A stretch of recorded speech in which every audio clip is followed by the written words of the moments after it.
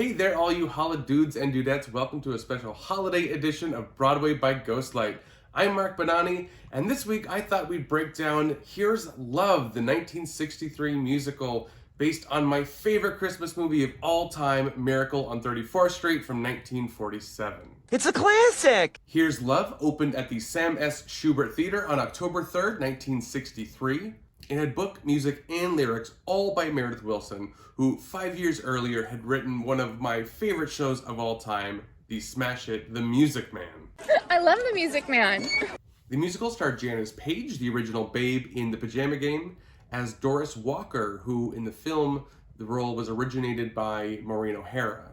Also Craig Stevens from the show Peter Gunn, as well as Fred Gwynne, known to most people as Herman Munster from The Munsters, although I'll always love him as the judge from My Cousin Vinny. What is a ute? But anyway, he played Mr. Shellhammer, Doris's co-worker at Macy's. Also in the cast was Valerie Lee as young Susan Walker, originated in the film, of course, by Natalie Wood. And Lawrence Naismith played Kris Kringle, aka Santa Claus. Santa? In the ensemble, you had future legend Michael Bennett, as well as his frequent collaborator Bjork Lee. Original director Norman Jewison, the soon-to-be famous movie director, was fired early in rehearsals and replaced by producer Stuart Ostrow. This show, Here's Love, was Stuart Ostrow's first solo producing credit on Broadway, and now his directing debut on Broadway as well. That is impressive. Good for him. The choreography was by the always energetic Michael Kidd, whose work for this production was reportedly extraordinary. The replacement cast for the show is definitely worth noting as well. Interesting. But before we get into all that, let's first break down the plot of this early example of screen-to-stage adaptation. Let's go! This probably won't be quite as detailed as my other breakdowns because I'm assuming if you're watching this, you have seen the film Miracle on 34th Street. Who hasn't? If you have not seen the film Miracle on 34th Street, what is wrong with you? It's like the greatest Christmas movie of all time. It's my absolute favorite. Stop this. Go watch that movie. Then later you can come back and watch this. I'm assuming you've seen it. Spoilers, all that fun stuff. Anyway, let's get into it. Oh my God! Curtain up!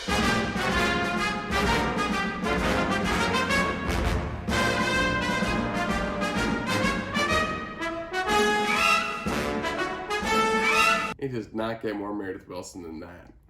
The musical starts, as the movie does, on Thanksgiving Day, though not in the 1940s of the film, in the then present-day 1960s. 6-year-old Susan Walker is sitting on the steps of a brownstone apartment building that's close to the parade route of the Macy's Thanksgiving Day Parade. Though the street is all abustle with different vendors and parade goers, 6-year-old Susan is not interested at all and continues to sit on the steps and read the New York Times.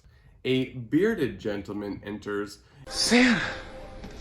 And goes to a balloon vendor who happens to have toy reindeers on his stand, and we get this classic scene. You've got Cupid where Blitzen should be. And Dasher, oh, Dasher should be on my right-hand side. Next, we meet Fred Gailey, here a retired Marine captain. He goes up the brownstone steps and tries to make conversation with the young girl, but she isn't interested and she continues just to read her paper. She eventually tells him her name is Susan Walker and that she lives next door. As the two start to talk, the parade goers all start to sing Big Clown Balloons, although it's pronounced Big Clown Balloons. Clown. It's kind of weird, but surprisingly catchy. Why it's the big clown balloons just start to ring 49 feet from the ground. Wow, it's the big clown balloons, high as a building and wide as a merry-go-round. After talking a bit and finding out that the father is not in the picture, this retired ex-Marine captain decides to take this unaccompanied young girl to the parade and see Santa. That doesn't sound right. No. Susan, of course, tells him that her and her mother don't believe in Santa or other such fantasy things. And Fred says, "What is your old lady, a witch?" But Susan still decides for some reason to go with him to the parade. Stranger danger! And I have to say, that's just not right. That's creepy. That's creepy. I don't know why, but they make Fred to be this creep in this production, and a jerk as well, and I don't like it. I'm not here for it. Stop it, Meredith Willson. Anyways, we now find ourselves backstage at the Macy's Thanksgiving Day Parade, where Susan's mother Doris and her partner Mr. Shellhammer are in charge. The not-so-mysterious bearded man from earlier has caught the Macy's Parade Santa drunk. Seeing that drunk Santa wet himself really perked up my Christmas. Drunk Santa is fired, and our bearded gentleman is convinced to play Santa for the parade, and he is offered, and I quote, $2 an hour and all the cotton candy you can eat, which honestly sounds like a pretty sweet gig if you ask me. Oh, yes. There is then a huge parade dance number, after which it starts to rain. Oh, no. Back on the parade route, little Susan tells Fred that at least they won't have to wait around all day for that phony Santa, since there's no way he's going to show up in all this rain. But of course, just then, our bearded gentleman bursts forth in all his Santa glory, making his grand entrance. We then find ourselves in Doris and Susan's apartment later that day. As Doris is just getting home from her hectic day, she asks Susan how her day was, and they sing Arm in Arm. Arm in arm, we're gonna eat mashed potatoes and pie. Arm in arm, we're gonna do the dishes. Arm in arm, we're gonna save the dishes for tomorrow. I love you. Doris notices the balloon that Fred got Susan and asks her about it, and Susan tells her all about Fred Gailey, and somehow her mother doesn't call the police or something. I'm not a very good mother anymore. Susan just tells her mother, who she calls by her first name. She says, Doris, he's completely harmless, and her mother's just like, okay, which is madness. Madness. As Doris tucks Susan into bed, Susan asks her mother all about her father and whether there was ever a time where they all believed in Santa Claus. As Susan drifts off to sleep, her mother sings You Don't Know. You don't know what it is to believe you are safe and secure in your heaven for two, only to find you are locked in a nightmare with everyone safe and secure except you. The next morning, we are in the offices of Macy's, where Mr. Shellhammer is instructing his new recruits on how to sell. Always be closing. In particular, these plastic alligator toys that Mr. Shellhammer has accidentally over-ordered. Alligators? That's right. They sing the song The Plastic Alligator, which sadly was not recorded for the original cast recording. I hate when that happens. Our bearded gentleman, which is actually how he's listed in the script at this point, the bearded gentleman, he has been hired full-time as Santa at Macy's and is talking with the kids. We then get this famous scene where Santa tells a mother to go to a different store to get a better price, and the mother is dumbfounded, in the film played by the great Thelma Ritter. Does that surprise you, sir? Surprise me. Macy sending people to other stores. Are you kidding me? Fred enters with Susan in tow to see Santa just in time for the legendary scene where Santa talks with the little Dutch girl. Instead of singing, in my opinion, one of the best songs ever in a film, Sinterklaas kapoensje, geef wat in mijn schoensje. they sing The Bugle.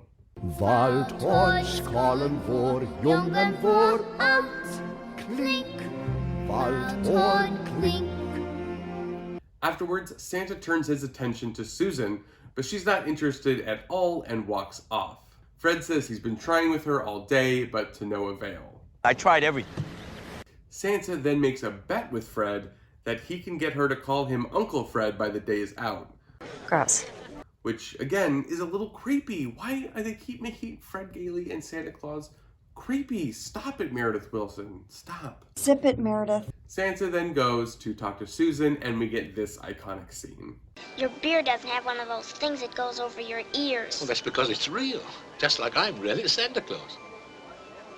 Oh, go ahead. Pull it. Santa asks Susan what she wants for Christmas, and he suggests the plastic alligator. Did you say alligators? Read my lips. Alligators. Which Susan takes as proof that this isn't the real Santa, and he's a total phony like she thought. That's right. You're a big fat phony. Which I actually don't blame her. I don't think Santa would ever push that product that they suggested. Anyway, he shocks the crowd by suggesting she gets this plastic alligator at Macy's competitor Gimbels. Get him at Gimbels! Santa explains his shocking theory, and they all sing the title song, Here's Love.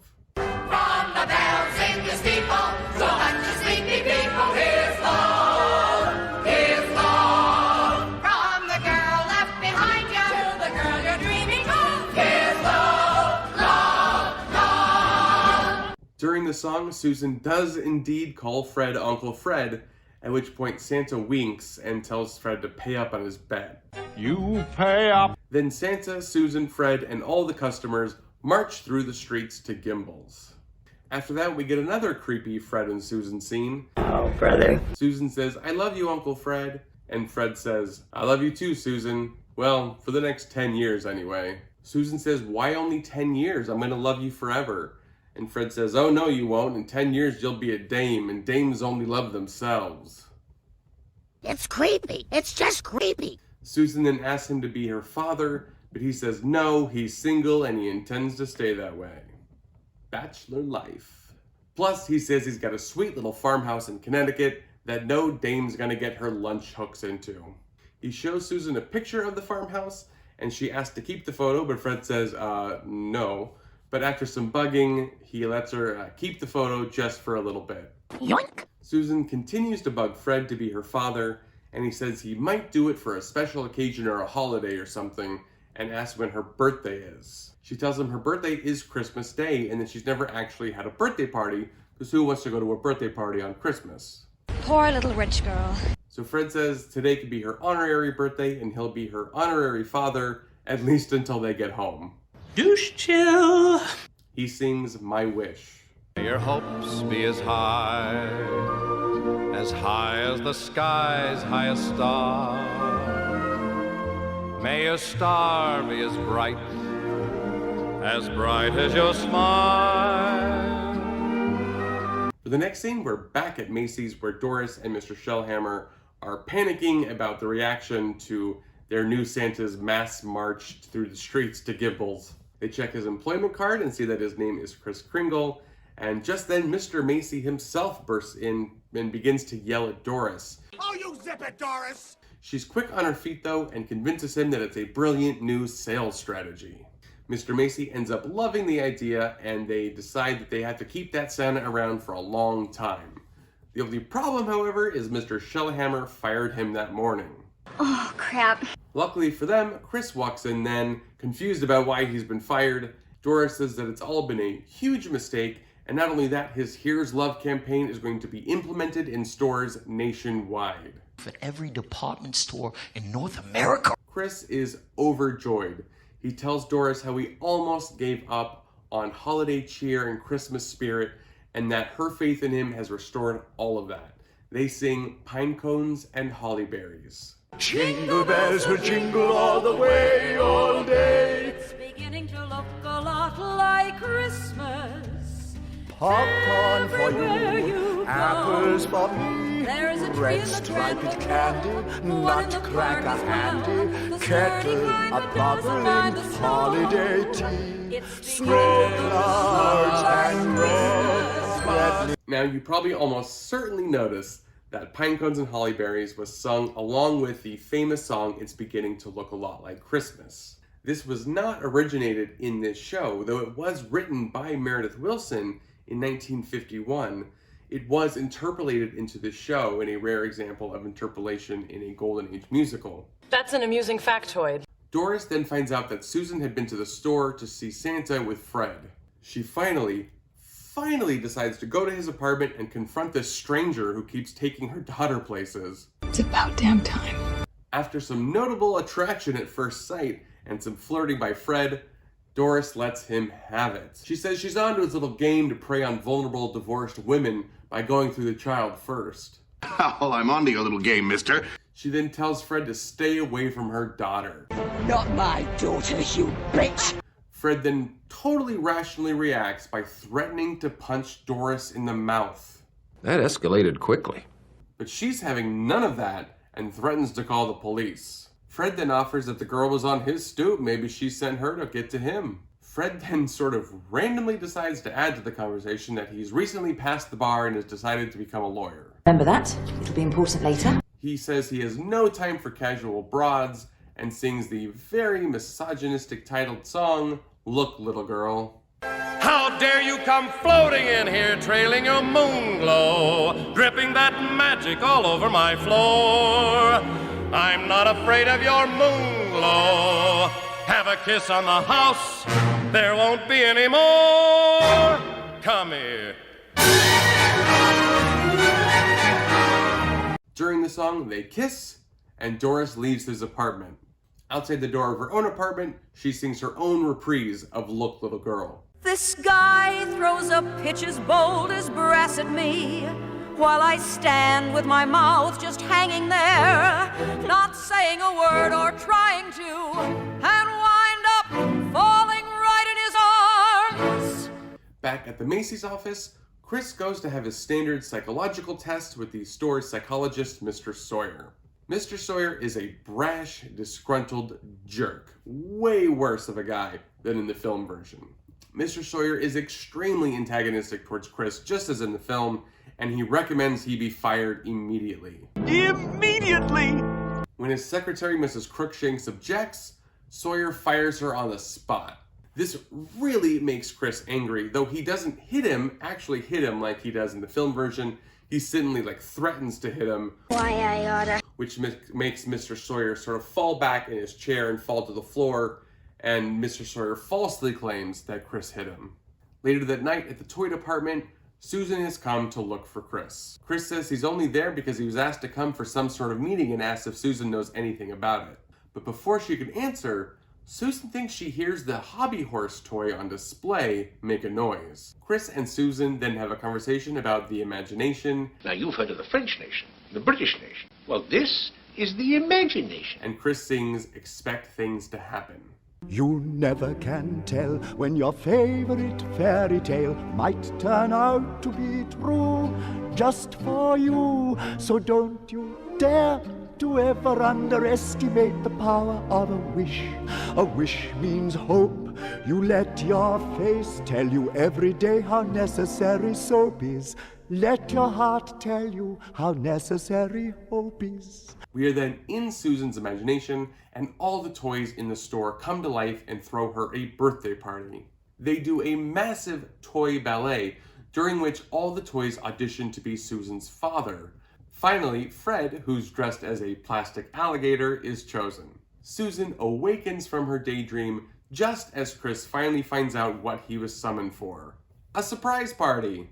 Everyone has come out to celebrate Chris, including all the employees, Mr. Macy, the mayor, the governor, and even Mr. Gimble. But just as the merriment is beginning to flow, the cops show up, punk-ass po-po! Responding to a complaint by Mr. Sawyer. The cops go to take Chris away, but Doris pleads with Chris to tell them that he doesn't really believe he's the real Santa. Be normal sauce for one day. Chris can't do that, of course, and goes with the cops to Bellevue Psychiatric Hospital.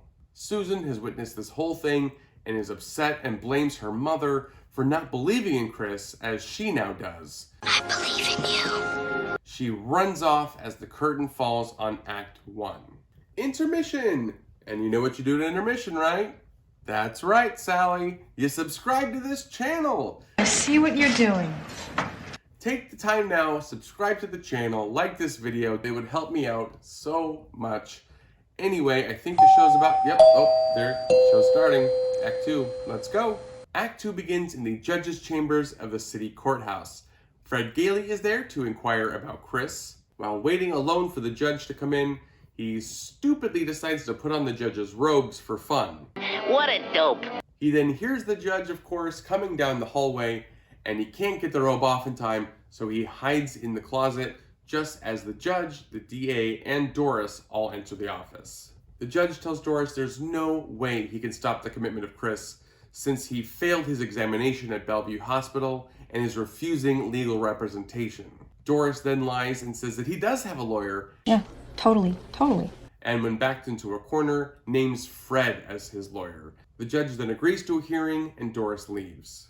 The judge's friend Tammany, played in the film version by everyone's favorite landlord William Frawley, tries to convince the judge to get out of this case, to drop it, but the judge won't listen. I'm not listening! After they all leave, Fred comes out from behind the door, and instead of saying something like, "Oh crap, I've got to be a real lawyer now," he says, "I'm gonna have a lady visitor tonight." Like, just slimy. The next scene, we are in Bellevue Psychiatric Hospital, where Chris sits alone on a bench as Susan enters. Susan tells Chris that she's come to tell him what she wants for Christmas. You really want to do this now? She shows him the picture of Fred's farmhouse in Connecticut and tells him that she wants that. Chris then actually gets a little frustrated with Susan and grumbles something like, "You kids are always asking for such crazy stuff like trains and houses." Things took a definite turn, however, when Susan suggests that he can't do it and maybe pushing plastic alligators is the only thing he can actually do. Ouch, town population, you, bro! And then Chris gets actually really angry with her. He rises off the bench and angrily says, "How dare you? Do you know who I am?" And Susan says, "I do, that's just it." Oh, that's deep. I like that. And that sort of snaps Chris out of his personal pity party, and he says he'll do his best.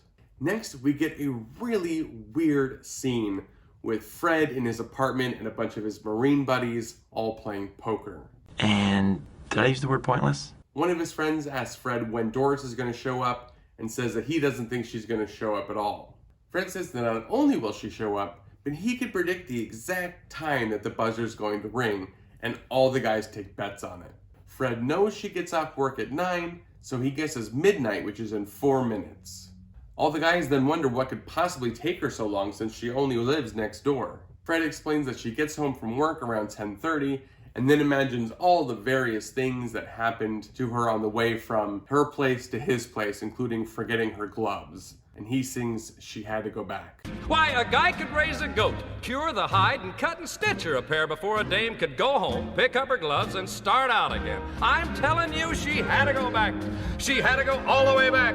She had to go all the way back up, all the way back up in the elevator. Arriving at a door, she opens up her purse and then she reaches down in there to find her keys. At the end of that pretty stupid song, the buzzer rings almost as if on cue, but to everyone's shock, it's not Doris, it's a Girl Scout selling cookies. The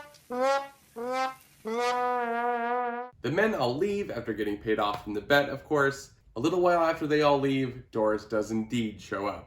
She's come to tell him that he has to be Chris's lawyer, but he tells her he was behind the door the whole time and knows everything. And that is completely normal. They then get into one of those heated, sexual tension-filled arguments, but this one is actually kind of lame. They argue about who's square and who's not square. I'm square, you're the one that's square, man. And he calls her a dumb dame, and she ends up walking out. That's a nice, healthy relationship. Ah, the 1960s. The next day, we are in the courthouse for the big trial. And the trial moves forward pretty much word for word with the film. Chris takes the stand, and we get this scene. Where do you live?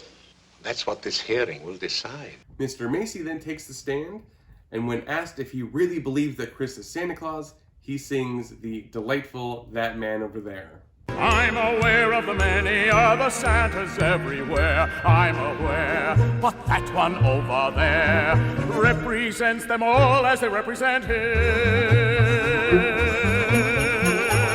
That man over there is Santa Claus. I know, I know, I know. I can tell by the crinkle on the bridge of his nose, the wink of his eye, and the twinkle of his toes, and the joy wherever he goes. That man is he. The DA asked the judge for an immediate ruling on whether there is or is not a Santa Claus, and the judge takes a short recess to consider the matter. Doris, Mr. Macy, and the judge's friend Tammany all go to the judge during this to try to convince him in Chris's favor. But the judge is adamant that he cannot possibly rule that there is such a person as Santa Claus. You can't fool me. There ain't no Santa Claus. The trio then speculate where all the great men in history were born and ask the judge where he's from, and he says Kansas. Kansas, she says, is the name of the star. They then sing the completely bonkers Ode to Kansas, called My State. My state, my Kansas, don't let me roam. My state, my Kansas, my home sweet home. They say it's such an amazing thing that this great man from Kansas is willing to lay his whole career on the line to tell the little kids the truth, even if it costs him his job. But I don't see how that affects. What? The next day at court, a mailman comes in to deliver a letter to Chris that Susan has written. The mailman tells Chris he's seen mail to Santa addressed all over the world, but never a New York courthouse. He then said he'd make sure to send more mail Chris's way. This gives Fred a big idea, and he runs off. Chris and Doris then talk for a bit about Susan's present of the farmhouse. Chris tells Doris to pick it up later that night in the Macy's living room department. The hearing continues on, and just as in the film, the DA's son takes the stand and convinces his dad to agree that there is in fact a Santa Claus. But now Fred has to prove that Mr. Kringle is the one and only Santa Claus. Fred, of course, produces bags and bags and bags of mail, all addressed to Santa, and argues that the post office, a government agency, has recognized Chris as Santa Claus. The judge decides not to interfere with the government and dismisses the case. The crowd erupts with joy and sings a reprise of That Man Over There. Man over there is Santa, Santa Claus, I know because.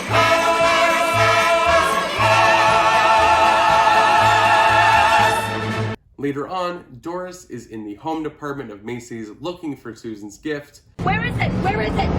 When Fred comes in and they embrace. As they kiss, a wall comes down in front of them showing the outside of Macy's, with the two embracing in one of Macy's famous holiday windows. As the crowd watches in delight, Santa comes through, winks at the audience, and leaves. The end. From the ground floor apartment to the party just above, here's love.